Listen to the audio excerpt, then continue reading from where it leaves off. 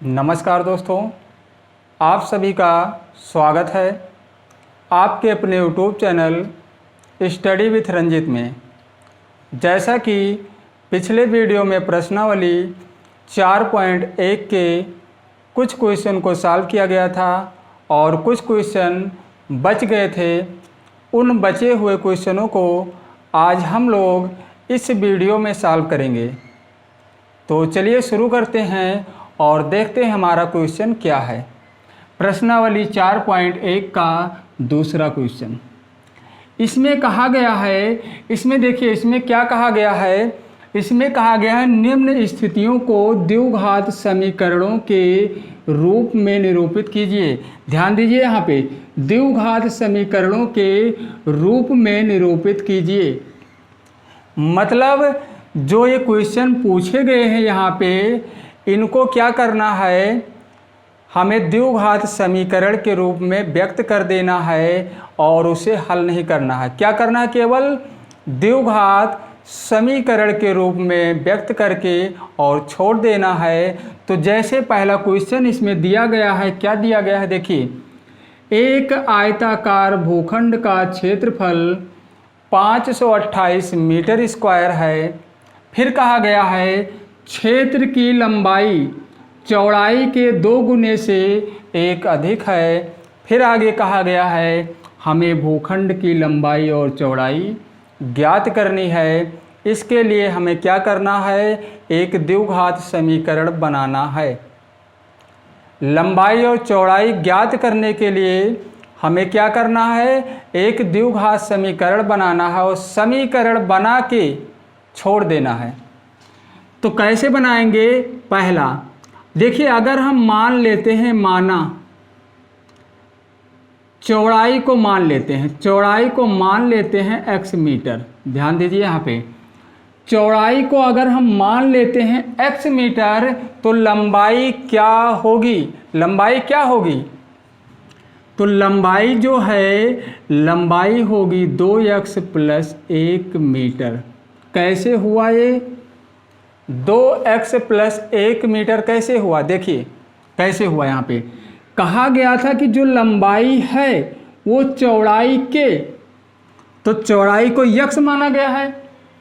यहाँ देखिए चौड़ाई को x माना गया है, लेकिन ये कहा गया था क्वेश्चन में कि लंबाई जो है चौड़ाई के 2 गुने से 1 अधिक है। तो ये क्या है, ये हमारी लंबाई ही तो है। क्वेश्चन में यही कहा गया है कि चौड़ाई के 2 गुने से 1 अधिक है, तो वही यहाँ लिखा गया है 2x + 1 मीटर। अब चलते हैं, हमें भूखंड की लंबाई और चौड़ाई ज्ञात करनी है। तो ये तो क्वेश्चन पूछा गया था, लेकिन देखिए क्या दिया गया है, आयताकार भूखंड का क्षेत्रफल यहाँ दिया गया है 528 मीटर स्क्वायर, ये दिया गया है। देखिए ये तो दिया गया है, लेकिन अगर देखा जाए तो जो भूखंड है हमारा, उसका आकार कैसा है, उसका जो आकार है, उसका आकार जो होता है क्या होता है, आयताकार। यहाँ कहा गया है, यहाँ देखिए कहा गया है आयताकार भूखंड का आकार कैसा है, आयताकार।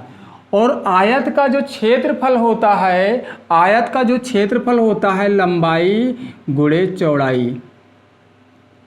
तो देखो आयताकार भूखंड का क्षेत्रफल दिया गया है 528, और इसका जो क्षेत्रफल का इसका जो फार्मूला होता है लंबाई गुणे चौड़ाई, तब ये कितना होगा 528। ध्यान दीजिए यहाँ पे, मतलब आयताकार भूखंड का क्षेत्रफल 528 है, तो आयताकार भूखंड का क्षेत्रफल होता है लंबाई गुणे चौड़ाई। ये कितना दिया गया है 528। अब ध्यान दीजिए, लंबाई को हम माने हैं 2x + 1 और चौड़ाई को माना गया है x। बराबर में क्या लिखा गया, 528 x का गुणा 2x में करा देंगे, 2x² हो जाएगा, 1 में कराएंगे तो x हो जाएगा। 528 को इधर लेकर चले आएंगे तो यहाँ बचेगा हमारा 0, और यही होगा आंसर। यही करना था और कुछ भी नहीं करना था। ये द्विघात समीकरण बन गया। कैसे बन गया? क्योंकि इसकी अधिकतम घात कितनी है? 2। तो जिस समीकरण की अधिकतम घात 2 होती है वह द्विघात समीकरण कहलाता है। तो यही करना था, पहला क्वेश्चन हो गया, इसका आंसर यही होगा। चलते हैं क्वेश्चन नंबर 2, दूसरा जो है क्वेश्चन नंबर 2।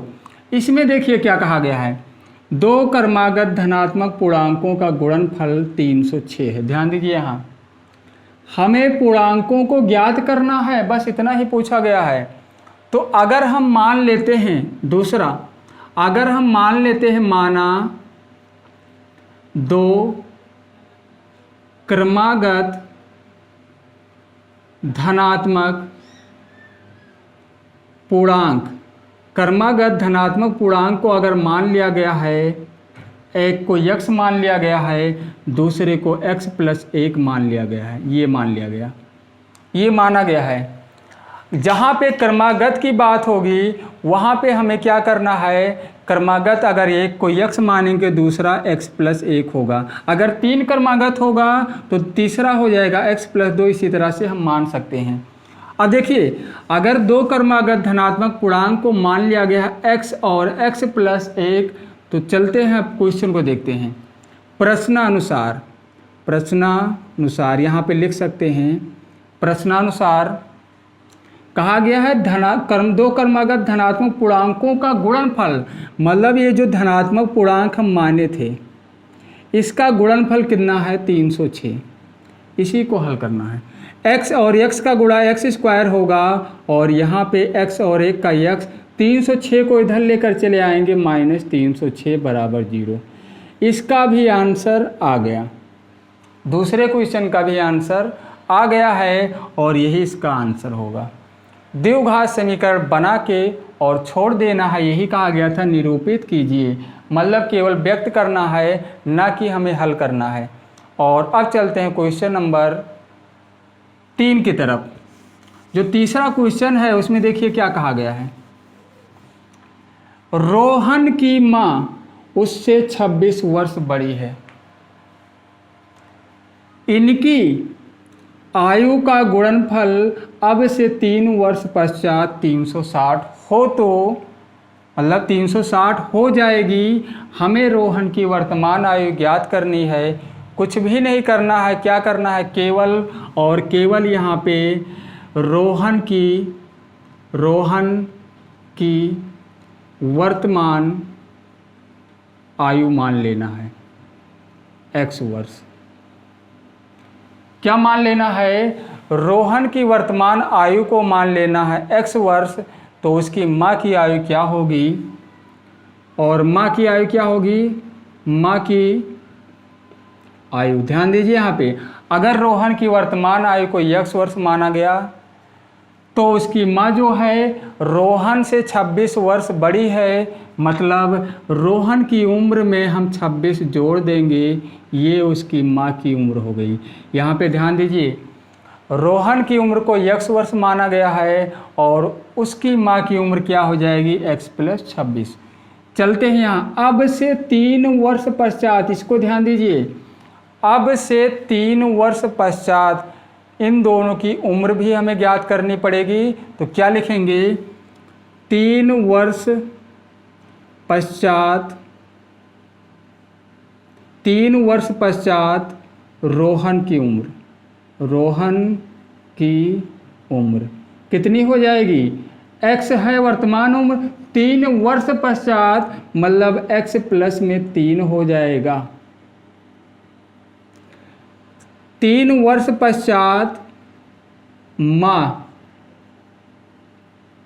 की उम्र, मतलब 3 वर्ष पश्चात माँ की जो उम्र होगी x+29, इसको डायरेक्ट ही लिख दिया गया है। कैसे 29 हो गया? क्योंकि उसकी जो वर्तमान उम्र है कितनी है? x+26 है। तो 3 वर्ष बाद जब उसकी उम्र निकालेंगे, 3 और जोड़ेंगे, तो 3 जोड़ेंगे तो 29 हो जाएगा। अब लिखेंगे प्रश्नानुसार। क्या लिखेंगे? प्रश्नानुसार क्या कहा गया है? यहाँ से देखिए, 3 वर्ष पश्चात उनकी जो उम्र का, उनकी आयु का जो गुणनफल है कितना है? 360। तो देखिए x + 3 ये रोहन की उम्र है 3 वर्ष बाद की, और ये उसकी माँ की उम्र है। कितना हो जाएगा टोटल? 360। अब इसका गुणा करा लेंगे, x² हो जाएगा और 29x हो जाएगा, प्लस में 3x और 29 तियाँ 87 और बराबर में 360। x² प्लस में 32x होगा। कैसे होगा? 29x और 3x को जोड़ेंगे, उसके बाद प्लस में क्या है 87, 360 को इधर लाएंगे और बराबर में लिखेंगे 0। x² प्लस 32x, 360 जो है 87 में से माइनस कर देंगे तो क्या बचेगा? माइनस में ही आएगा, हम इसमें से माइनस कर लेंगे। 360 में से 87 को माइनस कर लो, यहाँ 3 आएगा, यहाँ 7 आएगा और यहाँ पे 2। कितना? 273। माइनस में 273। कैसे माइनस में? क्योंकि जो माइनस वाली संख्या थी, जो संख्या बड़ी थी वो माइनस वाली थी, ये प्लस और ये माइनस था, तो हम ना इसमें से ना घटा करके 360 में से 87 को घटाए और जो आया उसे हम लिखेंगे माइनस में, और यही हमारा द्विघात समीकरण होगा। ये होगा आंसर। तीसरे क्वेश्चन का आंसर होगा क्या? x² प्लस 32x माइनस 273, यही इसका आंसर होगा। चलते हैं क्वेश्चन नंबर 4 की तरफ और उसको भी हल करते हैं। जो चौथा क्वेश्चन है हमारा, चौथा क्वेश्चन क्या दिया गया है? एक रेलगाड़ी की, मतलब एक रेलगाड़ी 480 किलोमीटर, ध्यान दीजिए, एक रेलगाड़ी है वो 480 किलोमीटर की दूरी समान चाल से तय करती है। यदि इसकी चाल 8 किलोमीटर प्रति घंटा कम होती, यदि समान चाल से उसकी जो चाल है 8 किलोमीटर प्रति घंटा कम होती, तो वह उसी दूरी को तय करने में 3 घंटे अधिक लेती। जब चाल कम करेंगे तो समय ज़्यादा लगेगा। चाल को जब कम कर दिया गया तो 3 घंटा समय ज़्यादा लग गया, मतलब लगता 3 घंटे अधिक लेती। कहने का मतलब यही है कि समान चाल से 480 किलोमीटर की दूरी तय कर रही है। दूरी कितनी है? 480 किलोमीटर। लेकिन क्वेश्चन में ये कहा गया कि यदि उसकी चाल जो है 8 किलोमीटर प्रति घंटा कम कर दिया जाए तब उसे 3 घंटे ज़्यादा समय लगेंगे। हमें रेलगाड़ी की चाल ज्ञात करनी है, हमें रेलगाड़ी की चाल ज्ञात करनी है, तो तुरंत इसी को मान लेंगे, कुछ नहीं करेंगे। चौथा जो क्वेश्चन है, माना रेल गाड़ी की चाल क्या मान लिया गया? x किलोमीटर प्रति घंटे। रेलगाड़ी की चाल को क्या मान लिया गया? x किलोमीटर प्रति घंटे। अब देखिए 480 किलोमीटर दूरी तय करने में लगा समय, यहाँ पे देखिए कितना समय लगेगा। अगर रेलगाड़ी जो है 480 किलोमीटर की दूरी तय करेगी तो उसे कितना समय लगेगा? तो उसे जो समय लगेगा 480/x घंटे का समय लगेगा। कैसे हुआ ये? समय बराबर क्या होता है? समय बराबर होता है दूरी बटे चाल। तो दूरी हमारी क्या है? दूरी हमारी 480 किलोमीटर है और चाल को हम क्या माने हैं? x। तो 480/x ही तो होगा, क्योंकि समय बराबर क्या होता है? दूरी बटे चाल। अब देखिए ये जो कहा गया है कि 8 किलोमीटर अगर उसकी चाल कम कर दें, यदि 8 किलोमीटर प्रति घंटे चाल कम कर दे तो 480 किलोमीटर दूरी तय करने में लगा समय, ये हो जाएगा 480 बटे x माइनस 8। कैसे हुआ? घंटे का समय लगेगा। कैसे हुआ ये? क्योंकि दूरी तो वही है, दूरी तो वही है, लेकिन चाल में 8 किलोमीटर प्रति घंटे चाल को कम कर दिया गया है। जो हमारी चाल थी उसको 8 किलोमीटर प्रति घंटे कम कर दिया गया है, इसीलिए यहाँ x माइनस 8 लिखा गया है। अब देखिए, अब लिखेंगे प्रश्नानुसार। प्रश्नानुसार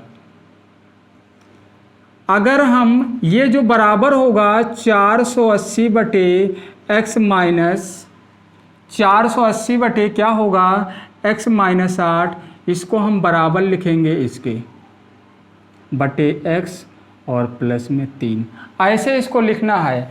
लेकिन हम करेंगे क्या, इसको भी इधर ले आएंगे, यहाँ कर देंगे माइनस में और बराबर कर लेंगे 3। बराबर में क्या कर देंगे 3, क्योंकि जब चाल को पहले देख लीजिए, इसे इस तरह ये बनेगा।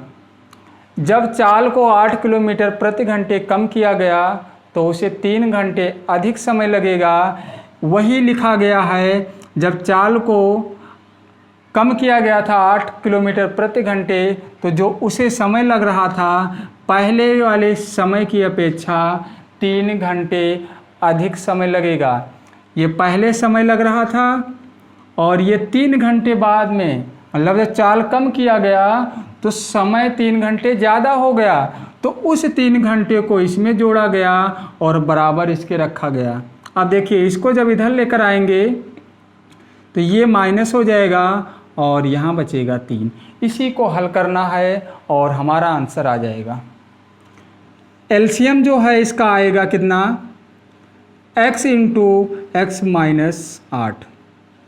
यहाँ पे आएगा 480x और यहाँ पे आएगा कितना, माइनस 480x और माइनस, मतलब माइनस यहाँ 8 में भी गुणा होगा 480 का, 8 में भी गुणा होगा किसका, 480 का, तो ये कितना हो जाएगा,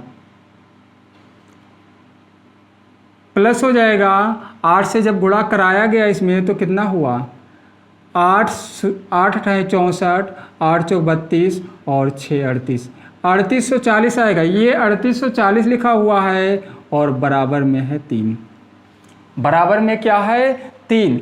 अब देखिए, बराबर में यहाँ 3 है और अब यहाँ ये माइनस और ये प्लस में कैंसिल हो गया, तो जो हमारा बचा हुआ है यहाँ पे देखिए 3840 बटे इसका गुणा इसमें करा दिया गया x स्क्वायर माइनस 8x बराबर में 3 है। इसको कर लेंगे बटे 1, क्रॉस मल्टीप्लाई कराएंगे, यहाँ क्रॉस मल्टीप्लाई, और क्रॉस मल्टीप्लाई जब कराएंगे तो क्या आ जाएगा, 3x स्क्वायर 8 में कराएंगे तो माइनस में 24x आ जाएगा और 3840 यहाँ पे। अब देखिए 3840 को जब इधर लेकर आएंगे तो 3x स्क्वायर माइनस 24x ये माइनस में हो जाएगा 3840 बराबर में 0। ये तो हमारा द्विघात समीकरण बन गया। लेकिन देखिए थोड़ा सा इसको हम और आगे बढ़ा सकते हैं। क्यों? क्योंकि अगर हम 3 कामन ले लें, 3 कामन हो जाएगा, 3 को ले लें कामन तो बचेगा हमारा x स्क्वायर, यहाँ बचेगा माइनस में 8x, यहाँ पे 3 कामन लेंगे तो यहाँ आ जाएगा कितना 12, मतलब यहाँ 3 एक कम 3 और 3 दूनी 6, 3 1280 आएगा। यहाँ पे लिख दिया गया है और यहाँ बराबर 0 कर दिए हैं, 0 के लिए जगह नहीं है यहाँ पे, तो बराबर 0 यहाँ कर दिए हैं। अब देखिए या इसको दोबारा भी लिख देते हैं, कितना आ रहा था, 3 को जब कामन लिया गया, 3 को जब कामन लिया गया तो यहाँ बचेगा x स्क्वायर, यहाँ बचेगा 8x और यहाँ कितना आया 1280 और बराबर में क्या लिख दिया गया 0, बराबर में 0। अब दोनों पक्षों में अगर हम 3 से भाग करा देंगे तो ये 3 कैंसिल हो जाएगा, तो x square minus 8x minus 1280 और बराबर 0। ये होगा हमारा आंसर। जो चौथे क्वेश्चन का आंसर होगा कितना होगा, एक्स स्क्वायर माइनस 8x और माइनस क्या होगा 1280। ये होगा चौथे क्वेश्चन का आंसर। द्विघात समीकरण के रूप में इसे व्यक्त कर दिया गया है और इसके बाद चारों क्वेश्चन को हल कर दिया गया है। चारों क्वेश्चन को द्विघात समीकरण के रूप में व्यक्त कर दिया गया है। तो प्रश्नावली 4.1 समाप्त हो गया है और 4.2 को अगले वीडियो में सॉल्व किया जाएगा। तो आज के इस वीडियो में बस इतना ही और फिर मिलते हैं अगले वीडियो में।